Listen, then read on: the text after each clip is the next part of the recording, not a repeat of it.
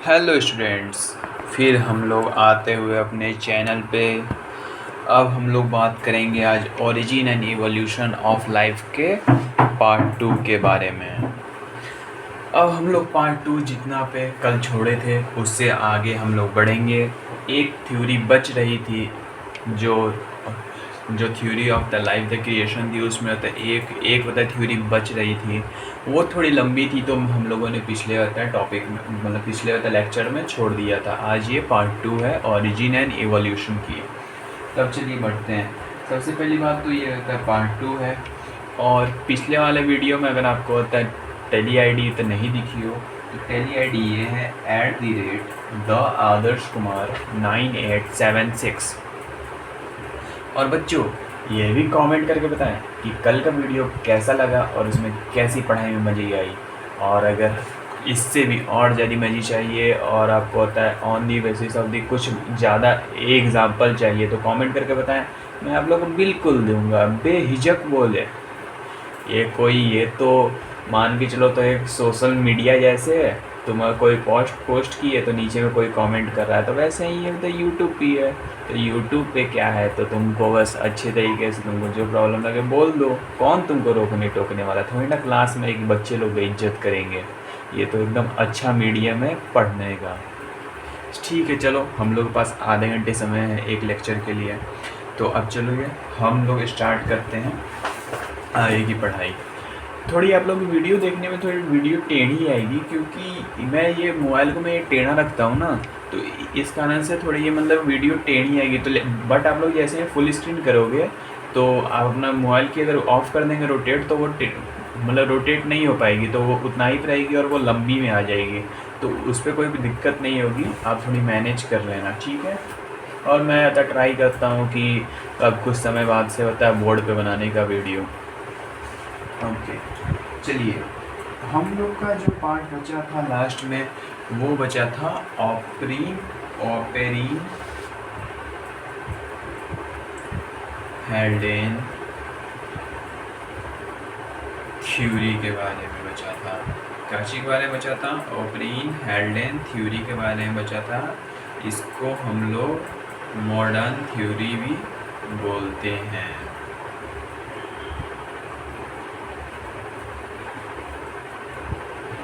मैं आप लोग को एक बात बता देता हूँ बच्चों, 11:45 हो रही है और मैं वीडियो 11:45 में शूट कर रहा हूँ और आपको ये वीडियो 1 AM तक मिल जाएगी। किस दिन? 2 मई को 1 AM में मिल जाएगी। चलिए अब ये चीज़ की हम लोग शुरुआत करते हैं। सबसे पहली बात करते हैं, ये ओपेरिन जो थे ये रशिया के थे।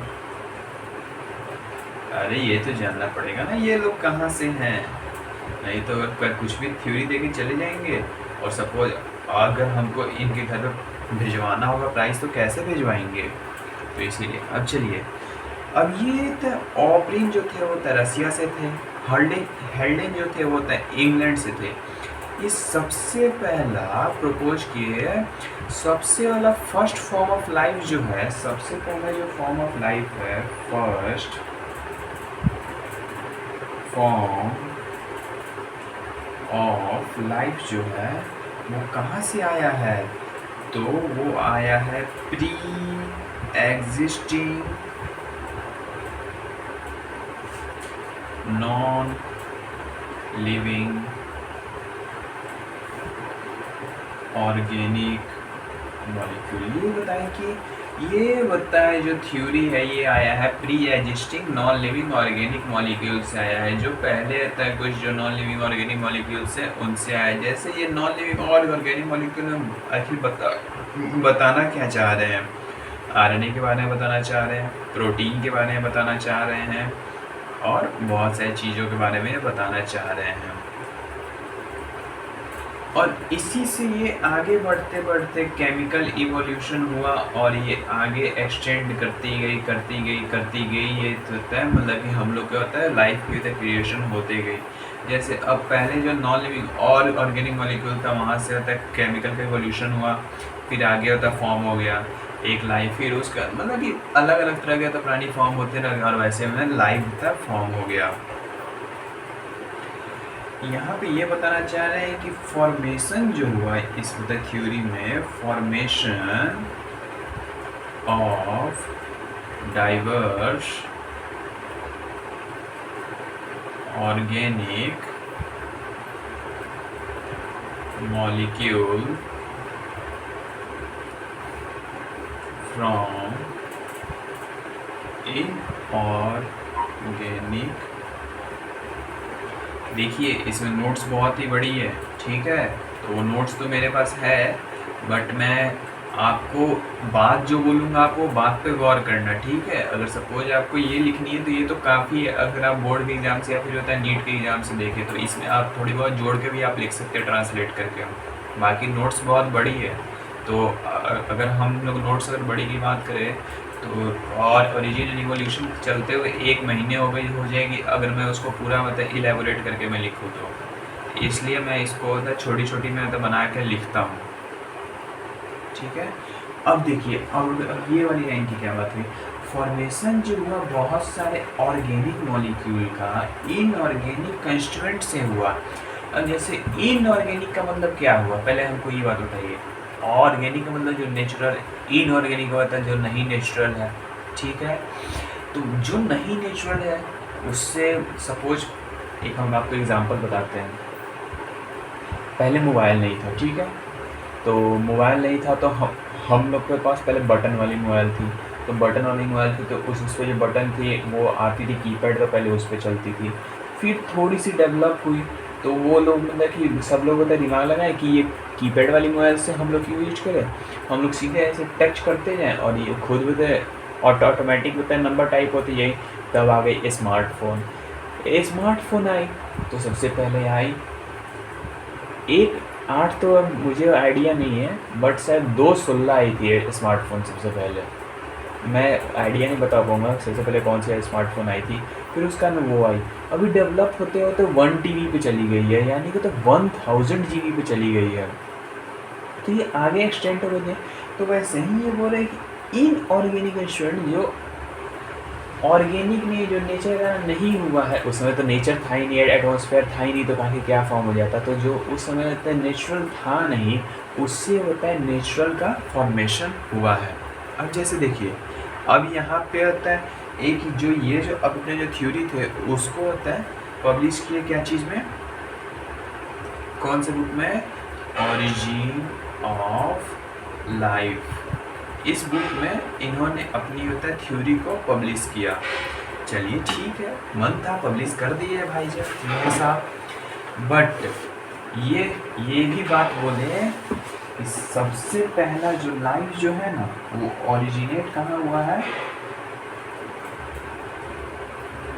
तो सी में हुआ है, सी वाटर में हुआ है। तो सी वाटर में हुआ है तो इन्होंने ये भी बात बोल दिया कि वाटर जो है वो बहुत ही एसेंशियल है किसी भी लाइफ फॉर्म के लिए। Water is too much essential for any life form. Water जो है बहुत ही ज़्यादा एसेंशियल है कोई भी लाइफ फॉर्म के लिए। अब इन्होंने बहुत सारी चीज़ें बोली। सबसे पहले इन्होंने बताया कि केमिकल इवोल्यूशन हुआ, मैं जैसे आपको पहले बोला तो उसी बोलते केमिकल इवोल्यूशन हुआ। इसी को हम लोग होता है केमोजेनी बोलते हैं। इसको हम लोग क्या बोलते हैं, तो इसको हम लोग केमोजेनी भी बोलते हैं। इसमें ये बताएं कि एक कोई चीज़ का एटॉमिक स्टेज पे जैसे होता है कार्बन है, हाइड्रोजन है, ऑक्सीजन है, नाइट्रोजन है, क्लोरीन है, ऐसे ही में सब थे। ये कब की बात ये कर रहे हैं, 4.5 बिलियन ईयर्स अगो की बात कर रहे हैं। फिर इससे तब मॉलिक्यूलर स्टेज की फॉर्मेशन हो गई। तो मॉलिक्यूलर स्टेज पे इसमें मतलब क्या चीज़ की फॉर्मेशन हो गई, तो H2O की हो गई। H2O कैसी फॉर्म में, वेपर के फॉर्म में। ये कभी होता ध्यान में रखिएगा, नीट के पर्सपेक्टिव से बहुत इंपॉर्टेंट है। N3H की हो गई, CO2 की हो गई, CO की हो गई, और ऐसे हम बहुत सारी चीज़ें की हो गई। बट कुछ लिमिटेड चीज़ की हुई, जैसे H2O की हुई, N3H की हुई, और CO2 की हुई, मतलब कार्बन डाइऑक्साइड की हुई, कार्बन मोनोऑक्साइड की हुई, N2 की हुई, नाइट्रोजन गैस की हुई, H2 की हुई, हाइड्रोजन गैस की हुई, CH4 की हुई, मीथेन गैस की हुई, हाइड्रोजन साइनाइड की हुई, फिर उसका साइनाइड्स की हुई, फिर कार्बाइड्स की हुई, फिर नाइट्राइड्स की हुई। तो इसलिए मैं आपको बोल रहा हूँ कि नोट्स लंबी है, इसलिए मैं यहाँ पे सब चीज़ मैं नहीं लिख सकता हूँ। वीडियो मुझे उतनी लंबी अगर मैं बनाऊँगा तो आप लोग भी उसको वीडियो देखते देखते पक जाएंगे, इसलिए आधे आधे घंटे की वीडियो सफिशियंट है। फिर इससे मॉलिक्यूलर स्टेज से फॉर्मेशन हुआ सिंपल ऑर्गेनिक कंपाउंड का। क्या चीज़ का फॉर्मेशन? सिंपल ऑर्गेनिक कंपाउंड का। फिर यहाँ से फॉर्मेशन हुआ सिंपल ऑर्गेनिक कंपाउंड का। तो अब ये तो सिंपल ऑर्गेनिक कंपाउंड में क्या क्या आते हैं? तो एल्डिहाइड आते हैं, कीटोन आते हैं, अल्कोहल आते हैं, पेंटोल आते हैं, हेक्सोज आते हैं, और इसमें बहुत सारी चीज़ें आती है। फिर इसका सिंपल से ज़्यादा फॉर्मेशन हुआ कॉम्प्लेक्स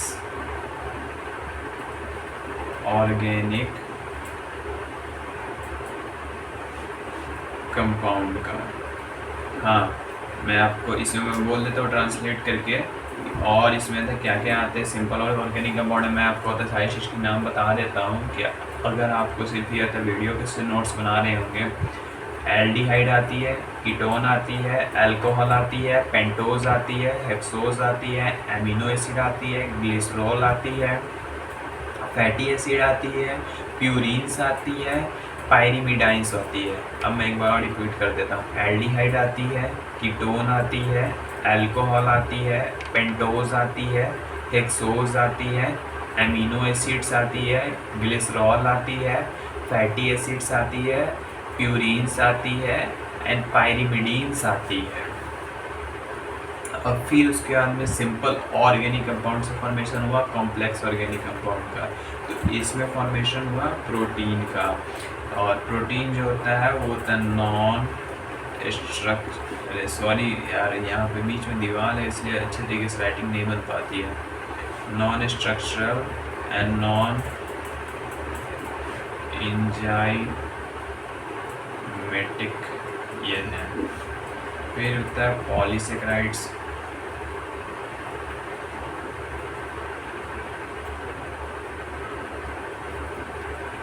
फैट्स, लिपिड्स। फिर यहाँ देखिए न्यूक्लियोटाइड्स, न्यूक्लिक एसिड्स। एक मैं आप लोग मैं आज एक बात बताता हूँ। मेरी जो आज मोबाइल है जो थोड़ी आपको कैमरे आपको अच्छे से दिखेंगी जो कल की लेक्चर्स हैं। मेरी मोबाइल की है तो सरफेस यहीं तक आती थी, जो कैमरा है वहीं तक आती थी। तो कल तो थोड़ी और लिखने में प्रॉब्लम हो रही थी, बट मैंने तो कल तो बहुत ही मेंटेन करके फिर भी मैंने सीधा लिखा। बट आज के लेक्चर में थोड़ी ज़्यादा मुझे करनी है, तो इसी कारण से मैंने मोबाइल को आगे एक्सटेंड किया है, और ऊपर मैंने एक बोतल रखा है कि मेरी मोबाइल गिरे नहीं नीचे। और छोड़िए वो सब तो मेरी मैटर है, मैं वो तब बाद में देखूँगा क्या मोबाइल की क्या हालत होगी या नहीं होगी। तो यहाँ देखिए कॉम्प्लेक्स और ऑर्गेनिक कंपाउंड्स की हम लोग बात करते हैं। इसमें जो होते हैं इसमें होते हैं जैसे aldehyde, ketone, alcohol, pentol, pentose, amino acid, glycerol, fatty acid, purines and मतलब पैरिमिडीन से फॉर्मेशन हुआ है प्रोटीन का। ये प्रोटीन जो होते हैं वो होता है नॉन स्ट्रक्चरल होते हैं, मतलब नॉन एंजाइमेटिक होते हैं, और ये पॉलीसेकेराइड्स होते हैं, इसमें मतलब फैट्स या फिर लिपिड्स होते हैं। और इसमें न्यूक्लियोटाइड्स का जो होता है न्यूक्लिक एसिड का कन्वर्जन होता है, और इसमें तो न्यूक्लिक एसिड जो होता है वो होता है नॉन रेप्लिकेबल होता है। सबसे पहले ये दिमाग में ध्यान रखिएगा, प्रोटीन जो होता है वो तो नॉन स्ट्रक्चरल मतलब नॉन एंजाइमेटिक्स होते हैं। जैसे पॉलीसेकेराइड्स आते हैं, फिर फैट्स या फिर लिपिड्स आते हैं, फिर न्यूक्लियोटाइड्स आते हैं, न्यूक्लिक एसिड्स आते हैं, नॉन रेप्लिकेबल आते हैं। हाँ, एक और बच्चों बात मैं बोलना चाह रहा हूँ कि जैसे ओरिजिन एंड इवोल्यूशन कंप्लीट होगी, मैं आप लोग को केमिकल काइनेटिक्स की वीडियो में तो देना मैं स्टार्ट कर दूँगा, और वो ज़्यादा नहीं 4 से 5 लेक्चर में कंप्लीट हो जाएंगी, और वो भी हाफ आवर का ही दूँगा। एक कॉम्प्लेक्स ऑर्गेनिक कंपाउंड से क्लाउड से में ऐसे होता बहुत सारे होता है। फिर लाइटनिंग हुए, फिर सन से होता है बहुत सारे होता है रेडिएशन ऐसे निकलने लगे, तो ऐसे रेडिएशन निकलने में बहुत ही हाई होता है टेम्परेचर हो गया, और ये नीचे में होता है N2 होता है बेसिस के होता है फॉर्मेशन होने लगे, N नाइट्रोजन बेसिस के, जिसको हम लोग होता है प्यूरिन्स और होता है पायरीमिडीन्स बोलते हैं। इसमें हम लोग जो लिखे थे जिसमें प्यूरिन्स एंड पायरीमिडीन्स के होता है फॉर्मेशन से होता है न्यूक्लियोटाइड्स फॉर्मेशन हो गए, शुगर से क्या फॉर्म हो गया, पॉलीसेकेराइड्स फॉर्म हो गए, एमिनो एसिड से प्रोटीन फॉर्म हो गए। एमिनो एसिड्स हम लोग इसमें लिखे हैं ना, यहाँ पे इसमें एमिनो एसिड्स भी आएंगे, तो एमिनो एसिड से होता है प्रोटीन्स की फॉर्मेशन हो गया, ग्लिसरॉल से फैटी एसिड के, तो ये सब के फॉर्मेशन में एक होता है प्रिमिटिव ओशियंस फॉर्म हो गया, और ये सब फॉर्मेशन के बाद एक होता है प्रीमिटिव ओशियन फॉर्म हो गया, जो हॉट डाइल्यूट सूप था, और ये प्रीबायोटिक सूप भी था।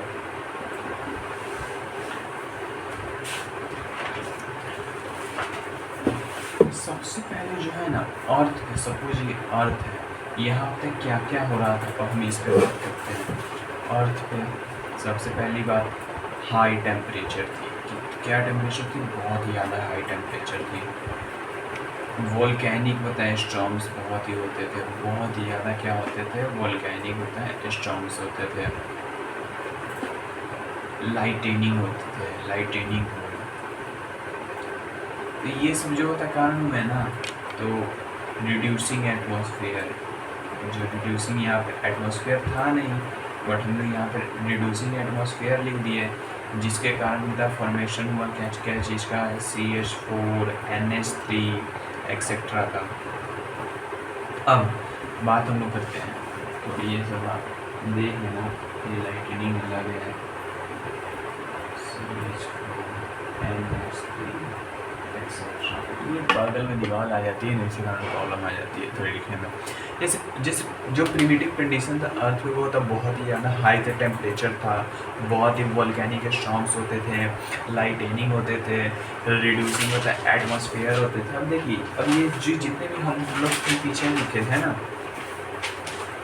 अब हम इसी सब की बातें करेंगे।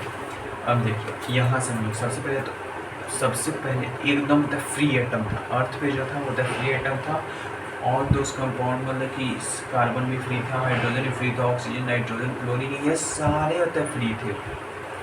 फिर ये एटॉमिक स्टेज की बात है, अर्थ की फॉर्मेशन, और यहाँ से लेके जो यहाँ तक की फॉर्मेशन है ना, वो कितनी 4.5 बिलियन ईयर्स अगो, तो यहाँ से लेके यहाँ तक की फॉर्मेशन 0.5 बिलियन ईयर्स अगो लग गई है, यहाँ तक से यहाँ तक की फॉर्मेशन में। ये भी आप ड्यूरेशन बताइए, याद रखिएगा। फिर मॉलिक्यूलर स्टेज की फॉर्मेशन हुई, जैसे बहुत सारी होता है गैसेस की फॉर्मेशन हुई, लेकिन ये होता है सारे गैस में H2 गैस जो था वो होता है, हाइड्रोजन गैस जो था वो सबसे ज़्यादा था। हाइड्रोजन गैस क्या था, मॉलिक्यूलर स्टेज में सबसे ज़्यादा था, और यहाँ पे बहुत ही ज़्यादा हाई तक टेम्परेचर था, तो हाइड्रोजन जो है वो तो ऑक्सीजन के साथ पता रिएक्ट करके H2O बना लिए। सॉरी स्टूडेंट्स, H2 गैस नहीं है, हाइड्रोजन का कंसनट्रेशन ज़्यादा था, तो हाइड्रोजन जो है यहाँ पे ऑक्सीजन के साथ रिएक्ट करके H2 तक वेपर बना लिए, ठीक है। और लेकिन मतलब कोई ऑक्सीजन वाज नो होता है, कोई ऑक्सीजन मतलब फ्री नहीं बचा, ये जितने भी हाइड्रोजन थे वो होता है सारे होता है ऑक्सीजन को लेकर होता है वाटर बना लिए, विच मेड दी एटमॉस्फेयर होता है रिड्यूसिंग, जिससे कारण होता है एटमॉस्फेयर में ऑक्सीजन का कमी हो गई, जिसके कारण होता है एटमॉस्फेयर एकदम रिड्यूस सा लगने लगा। पहले तो एटमॉस्फेयर था नहीं, उसके अंदर कुछ एटमॉस्फेयर आया भी, तो वो भी होता है रिड्यूस लगने लगा। हाइड्रोजन बताया जो था वो था क्रिएट, अब यहाँ पे हाइड्रोजन जो है वो नाइट्रोजन के साथ कंबाइन करके NH3 फॉर्म कर लिए, और मतलब वाटर और जो एमोनिया था वो तो सबसे पहला इनऑर्गेनिक कंपाउंड जो फॉर्म हुआ था अर्थ पे। अभी आप यहाँ देखिएगा, लिख लीजिएगा, water and ammonia is the first organic compound. Water और जो एमोनिया था सबसे पहला ऑर्गेनिक कंपाउंड था अर्थ पे, और वाटर एंड अमोनिया तो सबसे पहला ऑर्गेनिक कंपाउंड फाउंड हुआ था। वाटर एंड अमोनिया होता है सबसे पहला इनऑर्गेनिक कंपाउंड था अर्थ पे। सॉरी यार स्टूडेंट्स, ये तो बार बार गलती हो जा रही है क्योंकि आज मेरे होता है सर में बहुत पेन है। मैं दिन में मैं सोया नहीं हूँ। आज आप लोग की यही था लेक्चर की मैं कंटेंट में प्रिपेयर कर रहा था। एक मैं अपना फ्लो चार्ट में प्रिपेयर करता हूँ। सॉरी, उसी कारण से थोड़ी सर दर्द हो रही है, तो मुझे कन्फ्यूजन हो रही है बार बार। और उसके बाद में एक और होता है इसमें फंडा है कि मीथेन जो है जैसे CH4, ये सबसे पहला ऑर्गेनिक कंपाउंड है।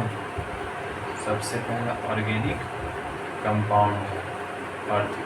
सबसे पहला कैसा कंपाउंड है? ऑर्गेनिक कंपाउंड है अर्थ पे। सबसे पहला और ऑर्गेनिक कंपाउंड कौन सा अर्थ पे? तो मीथेन है।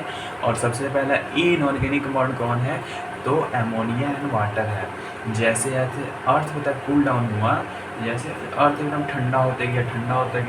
अब यहाँ पे तो हाई टेम्परेचर था, तो अर्थ जो है अब यहाँ पे कूल होने लगा। तो अर्थ जब यहाँ पे कूल होने लगा तो वाटर वेपर होता है गिरने लगे।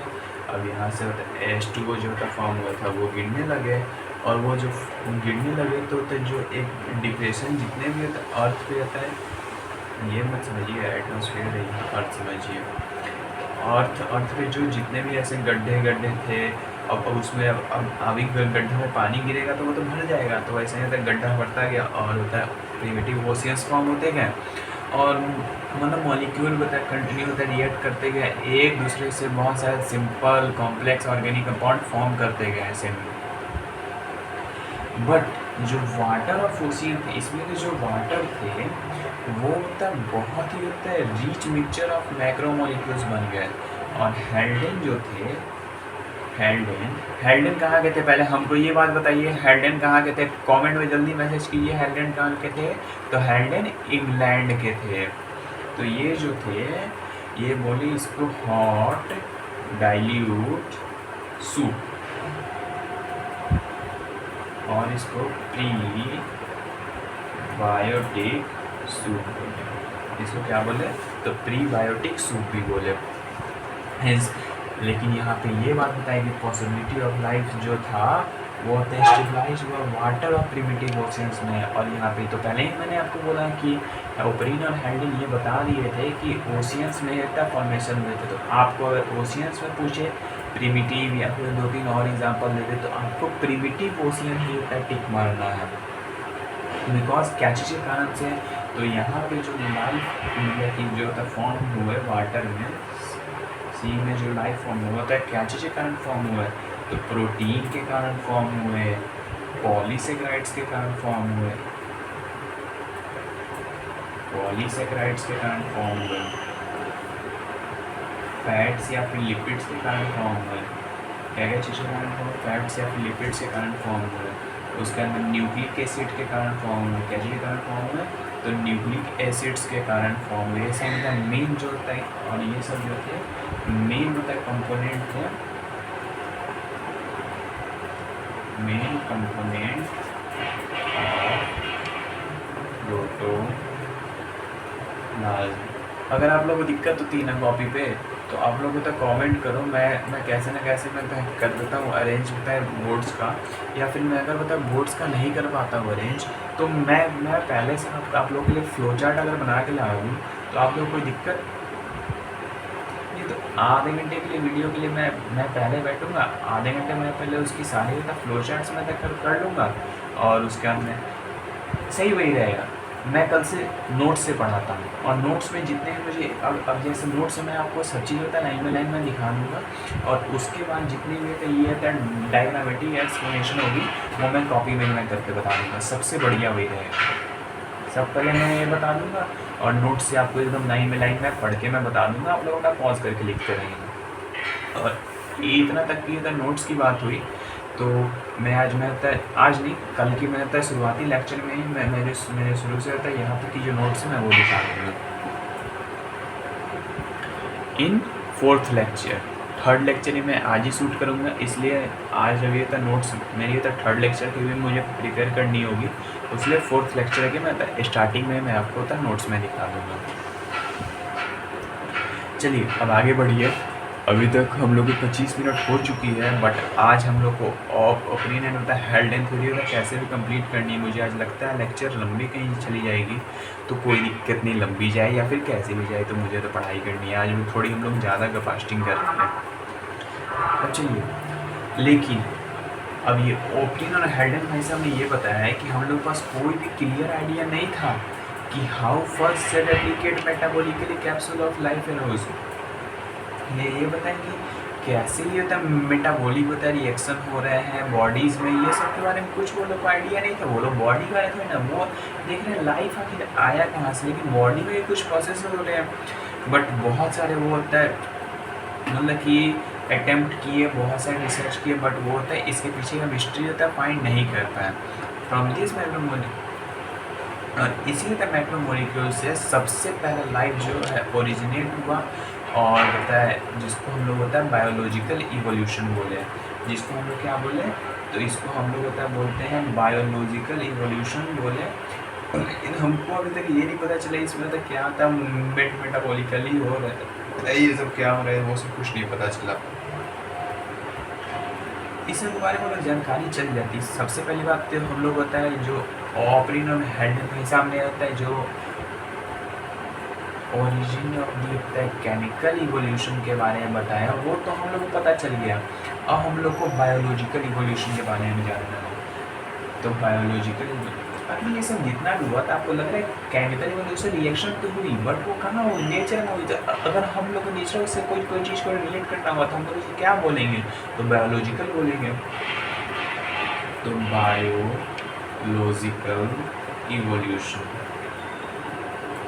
बायोलॉजिकल इवोल्यूशन हुआ, जिसको हम लोग होता है बायोलॉजिकल इवोल्यूशन को हम लोग होता है बायोजेनिक भी बोलते हैं। इसमें जो है ओरिजिन और प्रोटोबैंड्स हुआ, प्रोटोबैंड के बारे में पढ़ते हैं। अब मैं आप लोग को नोट्स में नहीं दिखाता हूँ, मैं आराम से मैं आपको सब चीज़ बताते चल जाता हूँ। मैं डायग्रामेटिक नोट्स तो आपको दे ही दूँगा। इस सॉम तक कोलाइडल ड्रॉप जो थे, जैसे कुछ ऐसे कोलाइडल ड्रॉप लाइक स्ट्रक्चर थे जो प्रिमिटिव ओशियन में द फॉर्म हुए थे एग्रीगेशन ऑफ मैक्रोमोलिक्यूल्स के कारण। ये होता है मान के चलिए तो aggregation of macromolecule, aggregation of macromolecule, ठीक है, जिसमें वही तक प्रोटीन आते हैं, पॉलीसेकेराइड्स आते हैं, लिपिड्स आते हैं और होता है न्यूक्लिक एसिड्स आते हैं।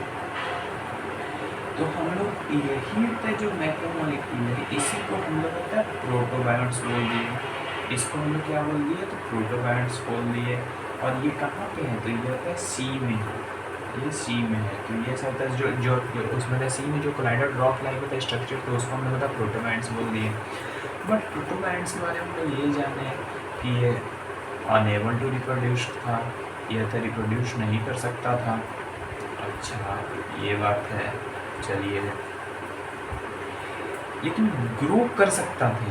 तो ग्रो कैसे करता, जब वो एब्जॉर्ब करता कुछ मॉलिक्यूल को सराउंडिंग से, तो वो ग्रो कर जाता।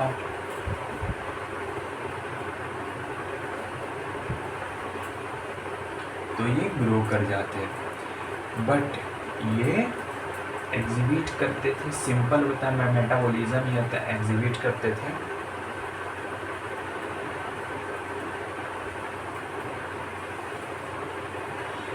और ये अपने इंटरनल इन्वायरमेंट को ये पार्शियली मतलब बाहर से होता है आइसोलेट करके देमसेल्फ फ्रॉम द सराउंडिंग, ये अपने अंदर के जो इन्वायरमेंट मतलब ये अपने बॉडी का जितना भी अंदर का जो प्रोसेस होते थे वो बाहर से होता कुछ इनको मतलब ही नहीं रहता था, वो सब सारी चीज़ इनके अंदर में हो रहे थे।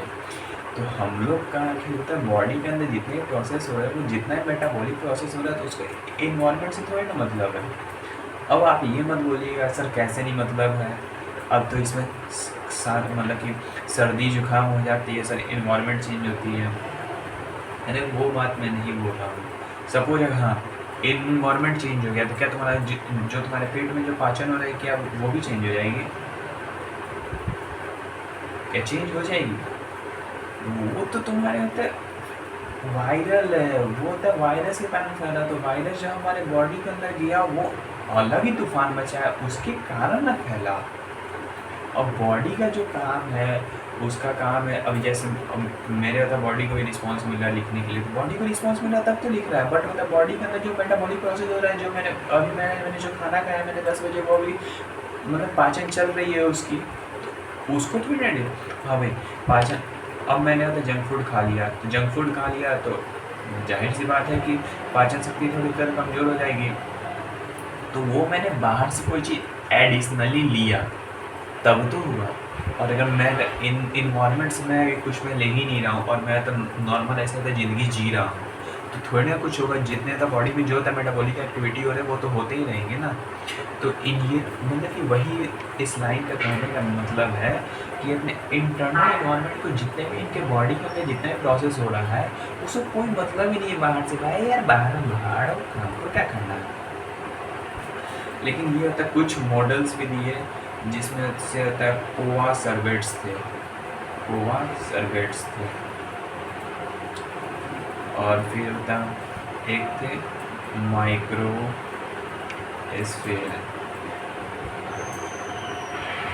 ये दोनों लेबोरेटरी में प्रिपेयर हुए। कहाँ प्रिपेयर हुए? तो लेबोरेटरी में प्रिपेयर हुए। कोवा सर्वेट्स जो थे वो ऑपरिन के द्वारा दिए गए, और माइक्रोस्फीयर जो था वो सिडनी फॉक्स के द्वारा दिया गया। और किसके द्वारा दिया गया? तो सिडनी फॉक्स के द्वारा दिया गया। और ये दोनों होता है मतलब कि लेबोरेटरी में प्रिपेयर किए गए। अब आता है दूसरा, ऑरिजिन ऑफ प्रोटोसेल। ऑरिजिन ऑफ प्रोटोसेल जिसको हम लोग होता है इओबायोन्स भी बोलते हैं। आप लोग में बुक में तो कहीं आपको डिफिनेशन में नहीं मिलेगी कोवा सर्वेट्स की और ये माइक्रोस्फीयर की। मैं तो डिफिनेशन आपको डिस्क्रिप्शन बॉक्स में मैं डाल दूंगा, आप लोग वहाँ से देख लेना, ठीक है।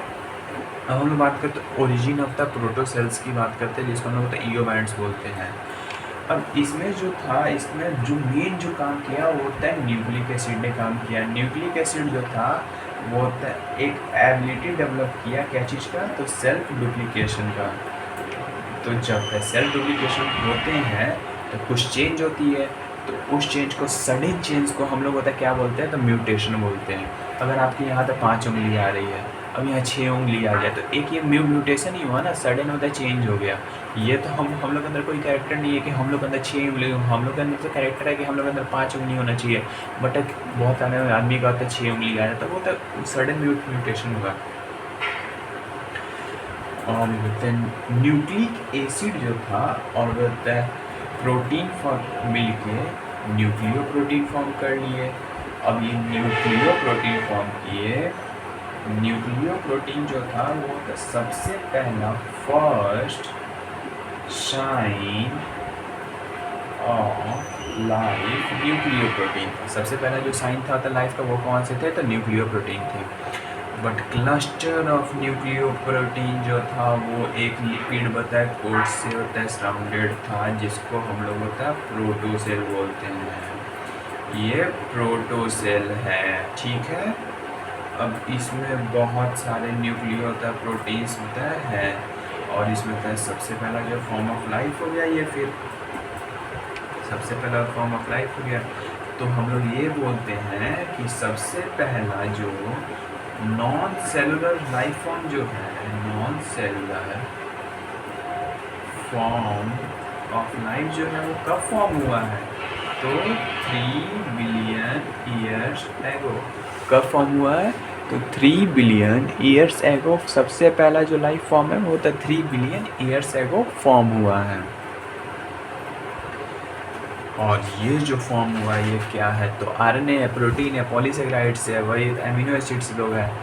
लेकिन ये जो मतलब कि अपने होता है, ये होता है जो प्रोड्यूस भी करते थे, और ये इसके जो होता है प्रोटोसेल्स के जो रिप्रोडक्शन थे वो डिस्कवर्ड किया अल्टमैन ने। इसको मैं आप लोगों को मैं बस बोल देता हूँ, इसकी कोई ज़रूरत नहीं है, इसलिए मैं भी आपको कुछ में इसमें आपको क्या बताऊँगा, बस मैं आपको बता देता हूँ।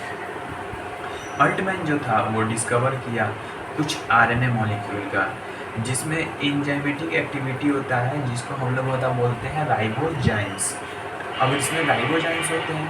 अब राइबोजाइम्स का मतलब क्या हुआ, जब ओरिजिन ऑफ लाइफ हुआ था तो आरएनए का जो मॉलिक्यूल था वो सारे होता प्रोसेस को बताया कि जब ओरिजिन ऑफ लाइफ होता है, जब हम लोग जो पीछे आरएनए का मॉलिक्यूल का जब हम लोग फॉर्मेशन देखे थे तो वहाँ पर सब चीज़ वो तय कर रहे थे, रेप्लिकेशन कर रहे थे, प्रोटीन का फॉर्मेशन कर रहे थे और बहुत सारी चीज़ें कर रहे थे। क्या चीज़ की मदद से, तो प्रोटीन के मदद से और डीएनए के मदद से। तो इसी कॉन्सेप्ट को अल्टमैन ने बालाजी मत समझिएगा, इसको इस कॉन्सेप्ट को अल्टमैन ने आरएनए वर्ल्ड बोल दिया। इसको क्या बोल दिया, आरएनए वर्ल्ड बोल दिया। और हम जा रहे हैं बात करने origin of first cellular form, origin of first cellular form के बारे में बात करने जा रहे हैं, जिसको हम लोग बोलते हैं प्रोकैरियोट्स। अब ये इसमें प्रोकैरियोट्स के बारे में, अब इसमें हम लोग देखेंगे कि कुछ म्यूटेशन हुआ जिसके अंदर प्रोटोसेल्स जो थे बहुत ही ज़्यादा तो कॉम्प्लेक्स हो गए और ये इफ़िशियंट हो गया, मतलब कि यूज़ में तो मटेरियल जो होता है हम लोग का सराउंडिंग में अवेलेबल था, और ये तो प्रोकैरियोटिक सेल्स में तो फॉर्मेशन हो गया इसका, तो बहुत सारा तो म्यूटेशन हुआ जिसके अंदर प्रोटोसेल्स। अब तो सबसे पहली बात आप लोग बता कमेंट करके बताओ प्रोटोसेल्स होते क्या हैं। तो प्रोटोसेल्स हम लोग उसको बोलते हैं cluster of nucleoprotein surrounded by lipid coat is known as the protocells. तो जैसे होता रिजल्ट ऑफ म्यूटेशन हुआ तो प्रोटोसेल जो था वो तो कॉम्प्लेक्स होते गए और ये बहुत ज़्यादा एफिशिएंट होगा यूज़ में, और फिर सराउंडिंग में तो ईजिली अवेलेबल होने लगे, तो जिसके कारण हम लोग इसको प्रोकैरियोटिक सेल बोल दिया। लेकिन फर्स्ट जो सेलुलर फॉर्म ऑफ लाइफ था वो आज से मतलब कि 2 बिलियन ईयर्स एगो भी पॉसिबल नहीं था कि ओरिजिनेट हुआ, लेकिन वो ओरिजिनेट कब हुआ आगे होता है तो 2 बिलियन ईयर्स एगो, और 2 बिलियन ईयर्स एगो से पहले ये पॉसिबल ही नहीं था कि ओरिजिनेट हुआ। सबसे पहला होता है सेलुलर होता है फॉर्म ऑफ लाइफ होता है 2 बिलियन ईयर्स एगो से पहले होता है, ओरिजिनेट नहीं हुआ होगा। सबसे पहला जो cellular form of life originate हुआ होगा आज से 2 बिलियन ईयर्स एगो ओरिजिनेट हुआ होगा, या फिर उसके बाद हुआ होगा, उससे पहले नहीं हुआ होगा। और सबसे पहला जो लिविंग सेल था तो वो कौन से थे, तो वो होता है प्रोकैरियोट्स थे, और प्रोकैरियोट्स के पास क्या होते हैं तो न्यूक्लियर मेम्ब्रेन नहीं होते हैं, और इनके पास नेकेड डीएनए थे। इनके पास क्या थे तो नेकेड डीएनए थे। और प्रोकैरियोट्स क्या थे तो सबसे पहला लिविंग बीइंग्स प्रोकैरियोट्स ही थे। सबसे पहला लिविंग बीइंग्स कौन से थे तो प्रोकैरियोट्स जो थे वो सबसे पहला लिविंग बीइंग्स थे। ये जो थे प्रोबब्ली होते हैं केमोहेटरोट्रॉप्स थे और एनारोबिक थे। ये कैसे थे तो ये थे केमोहेटरोट्रॉप्स थे और ये थे एनारोबिक थे। कैसे थे केमोहेटरोट्रॉप्स थे और एनारोबिक थे। सबसे पहली बात कि आप लोग कमेंट में मैसेज करें ऑटोट्रॉप्स क्या होते हैं, सेप्रोफाइटिक न्यूट्रिशन, ऑटोट्रॉपिक न्यूट्रिशन क्या होती है, सेप्रोफाइटिक न्यूट्रिशन क्या होती है, हेटेरोट्रॉपिक न्यूट्रिशन क्या होते हैं, होलोजोइक न्यूट्रिशन क्या होते हैं, और पैरासाइटिक न्यूट्रिशन क्या होते हैं। ये होता है चीज़ आपको हमको होता है कमेंट में चाहिए विदिन 24 आवर्स। आपकी वीडियो देखने के 24 आवर्स के अंदर हमको ये चाहिए। तो ये कैसे थे तो ये हेटेरोट्रॉप्स थे और ये एनारोबिक थे। कैसे थे एनारोबिक थे।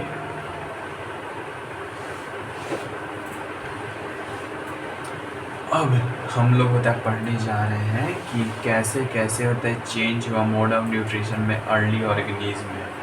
तो इसी के अंदर है change in mode of nutrition in earlier organism. सबसे पहले तो अर्थ पे आए केमो हेट्रोट्रॉपिक ऑर्गेनिज्म सबसे पहले अर्थ पे आए। फिर उसके अंदर कौन से आए तो केमो ऑटोट्रॉपिक ऑर्गेनिज्म आए अर्थ पे। फिर उसका कौन से आए तो नॉन ऑक्सीजेनिक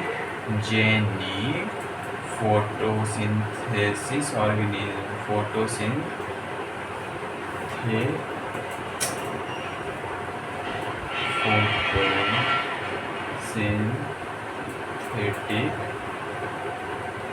ऑर्गेनिज्म आए अर्थ पे। फिर उसके अंदर कौन से आए तो ऑक्सीजेनिक फोटोसिंथेटिक आए अर्थ ऑर्गेनिज्म आए अर्थ पे। अब हम लोग सबसे पहली बात कि हम लोग यहाँ बात कर रहे थे केमो हेट्रोट्रॉपिक कैसे थे। केमो हेट्रोट्रॉपिज्म जो होता है ऑर्गेनिज्म थे वो एब्जॉर्ब करते थे न्यूट्रिशन को कहाँ से तो सराउंडिंग से। केमो ऑटोट्रॉपिक जो ऑर्गेनिज्म थे ये होते सिंथेसाइज करते थे ऑर्गेनिक फूड का इनऑर्गेनिक मटेरियल से।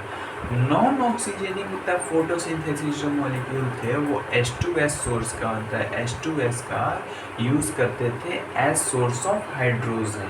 और ऑक्सीजेनिक जो फोटो होता है फोटोसिंथेटिक ऑर्गेनिज्म थे तो वो यूज़ करते थे H2O का एज हाइड्रोजन। H2O का वो होता है यूज करते थे क्या चीज़ के रूप में तो हाइड्रोजन के रूप में वो H2O का यूज करते थे। और सबसे पहला जो ऑर्गेनिज्म था जो रिलीज किया था O2 फर्स्ट ऑर्गेनिज्म जो O2 रिलीज किया था वो कौन से थे तो वो थे साइनोबैक्टीरिया। सबसे पहला ऑर्गेनिज्म कौन था तो साइनोबैक्टीरिया था जिसको हम लोग होता है ब्लू ग्रीन अलगी भी बोलते हैं। इसको हम लोग क्या बोलते हैं तो इसको हम लोग होता है ब्लू ग्रीन अलगी भी बोलते हैं। एक मिनट बच्चों मैं थोड़ा वीडियो पॉज कर रहा हूँ, आप लोगों को थोड़ी ब्लर आ रही है, थोड़ी बहुत देर हो गई है वीडियो की उसलिए थोड़ी इसको कैप्चर नहीं कर पा रही है। थोड़ी इसमें अच्छे तरीके से मैं थोड़ी कैप्चर मैं करवा देता हूँ। अब आ गई, सही आ गई। अरे यार हम लोग बिहारी है एकदम, जुगाड़ कहीं से लगा सकते हैं भाई। अब इसी में आती है ऑक्सीजेनिक रिवॉल्यूशन कैसी हुई। क्या चीज़ ऑक्सीजेनिक रिवॉल्यूशन कैसे हुआ तो इसमें जो था वो था ऑक्सीजन का लिबरेशन क्या चीज़ से हुआ। अब यहाँ O2 का जो लिबरेशन था वो था साइनोबैक्टीरिया में तो साइनो लिख रहा हूँ, साइनो से हुआ जहाँ मतलब कि रिवॉल्यूशनरी होता है चेंज हुआ हिस्ट्री ऑफ अर्थ में। इसमें बस कुछ मेजर चेंजेस भी हुए जैसे होता है प्रिमिटिव होता है रिड्यूसिंग जो एटमॉस्फेयर थे वो होता है ऑक्सीडाइजिंग में कन्वर्ट हो गया। जो होता है ट्रिगर्ड मतलब कि होता है oxidation of methane and ammonia कर दिया। ओजोन जो था वो होता है एपियर्ड हो गया, अल्ट्रा वायलेट रे जाता था सीधे अर्थ पे तो O2 और होता है O मिलके O3 का फॉर्मेशन कर लिया जिसको हम लोग ओजोन बोलते हैं।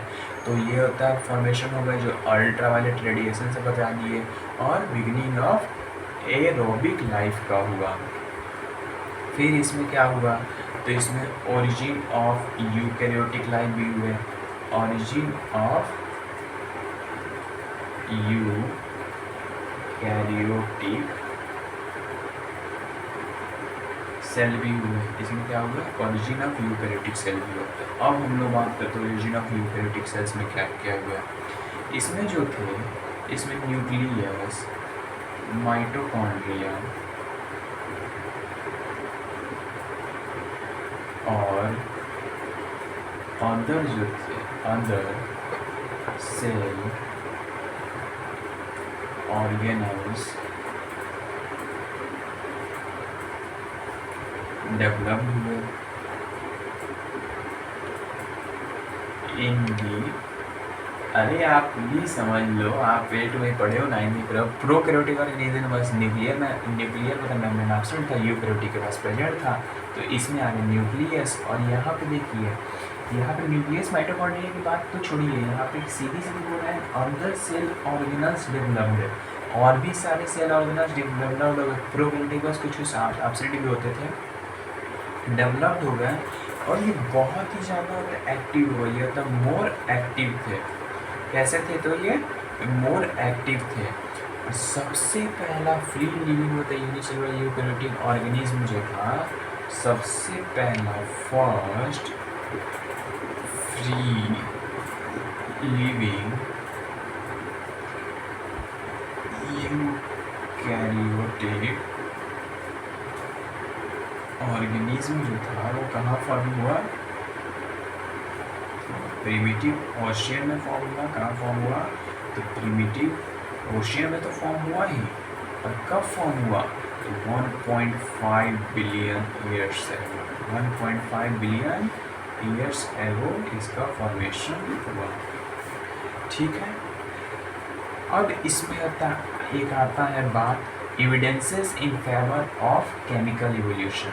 तो evidences in the favour of chemical evolution को हम आपको नोट्स से मैं बताता हूँ, क्योंकि मैं उसमें डायग्राम बनाया हुआ हूँ, और ऐसे ही इसमें डायग्राम बनानी पड़ेगी, तो इससे अच्छी मैं उसमें डायग्राम बनाया हुआ हूँ तो उसमें बता देता हूँ, और उसी की मदद से मैं आपको नोट्स भी दिखा दूँगा कि अगले क्लास में आप उस नोट्स की होता है, अभी तो इसी क्लास में उस नोट्स को होता है पॉज कर के, और आप अच्छी तरीके से अपना नोट्स बना लेना, क्योंकि आज मैं ये तो थर्ड लेक्चर में नहीं बना पाऊँगा, क्योंकि अभी 12:30 AM हो रही है, तो मैं ये लेक्चर में तो कल ही बनाऊँगा थर्ड लेक्चर में तो मैं तो नोट से ही बताऊँगा। मैं जो बोला था फोर्थ लेक्चर में, तो वो फोर्थ से थोड़ी यही लेक्चर लंबी हो गई 47 मिनट्स की, तो अभी ये तो 50 होता है, 55 जा सकती है।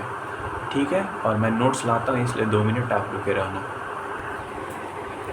हाँ देखिए बच्चों, मैं आप लोग को मैं ये नोट्स दिखा देता हूँ।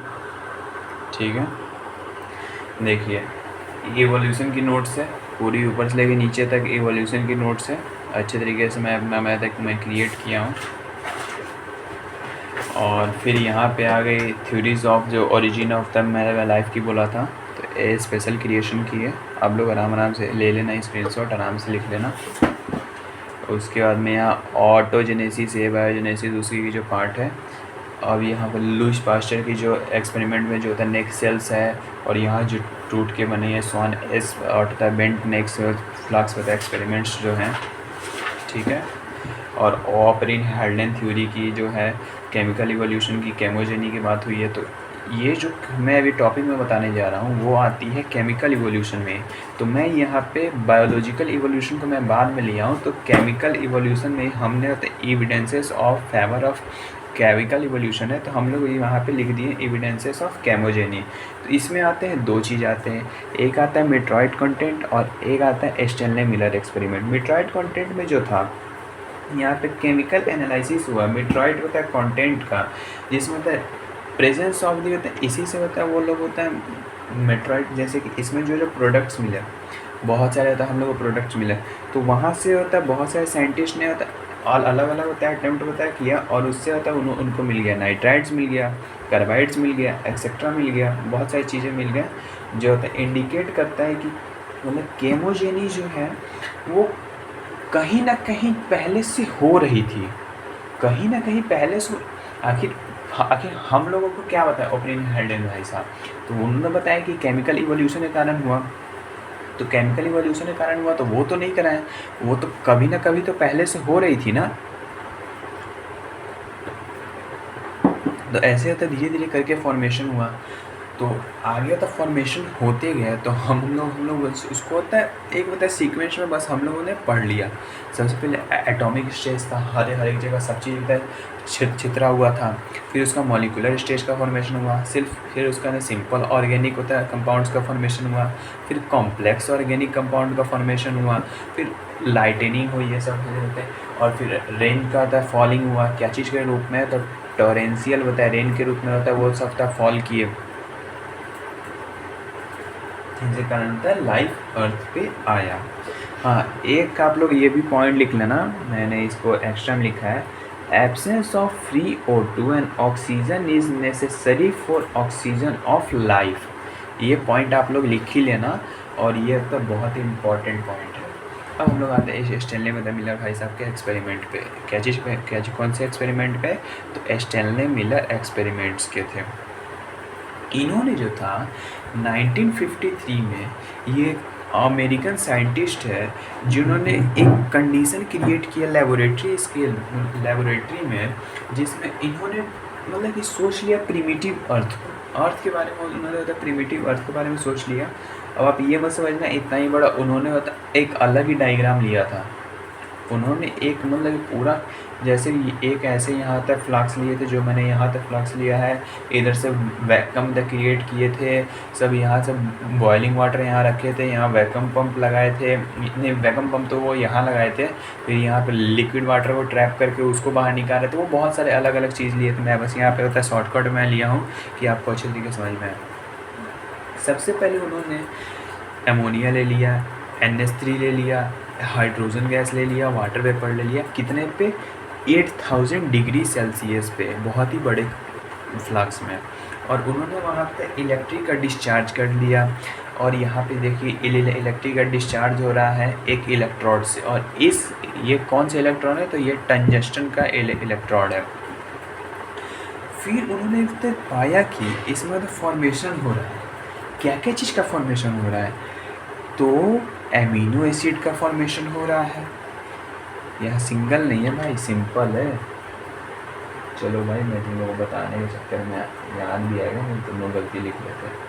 सिंपल एमिनो एसिड का फॉर्मेशन हुआ, ग्लिसरीन का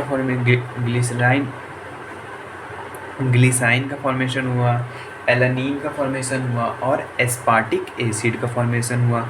और ऐसा ही सिमिलर एक्सपेरिमेंट जो था अदर साइंटिस्ट ने ऑब्जर्व किया, तो वहाँ से तक क्या चीज़ का फॉर्मेशन हो गया?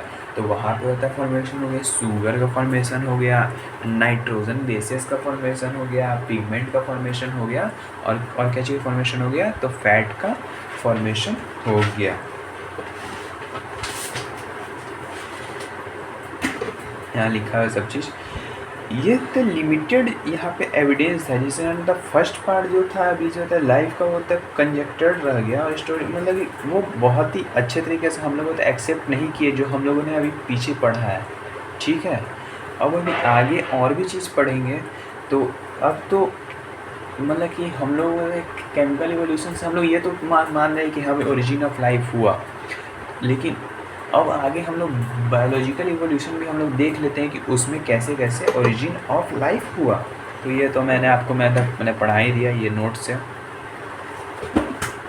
यहाँ पे प्रोकैरियोट्स की आ गए, फिर मोड ऑफ न्यूट्रिशन के जो मैंने बताया, केमो हेटरोट्रॉफ्स जो होता है यूज़, सब चीज़ के बारे में मैंने आपको बता दिया। यहाँ पे सब आ जाएंगे। ऑक्सीजन रिवोल्यूशन के बारे में, O2+H2 होता है, फॉर्मेशन हो गया, यूकैरियोट्स के बारे में, और ये सब कुछ स्पेशल पॉइंट्स है जो आपको अगले क्लास में बता दी जाएगी। ठीक है, चलिए, थैंक यू वेरी मच। आज के लिए इतना ही, और आप लोग वीडियो अच्छी लगी हो तो लाइक करें, शेयर करें, सब्सक्राइब करें, और अच्छे तो दुआएं दें मुझे कि आगे मैं और अच्छे तरीके से मैं ये वीडियो क्रिएट कर पाऊँ।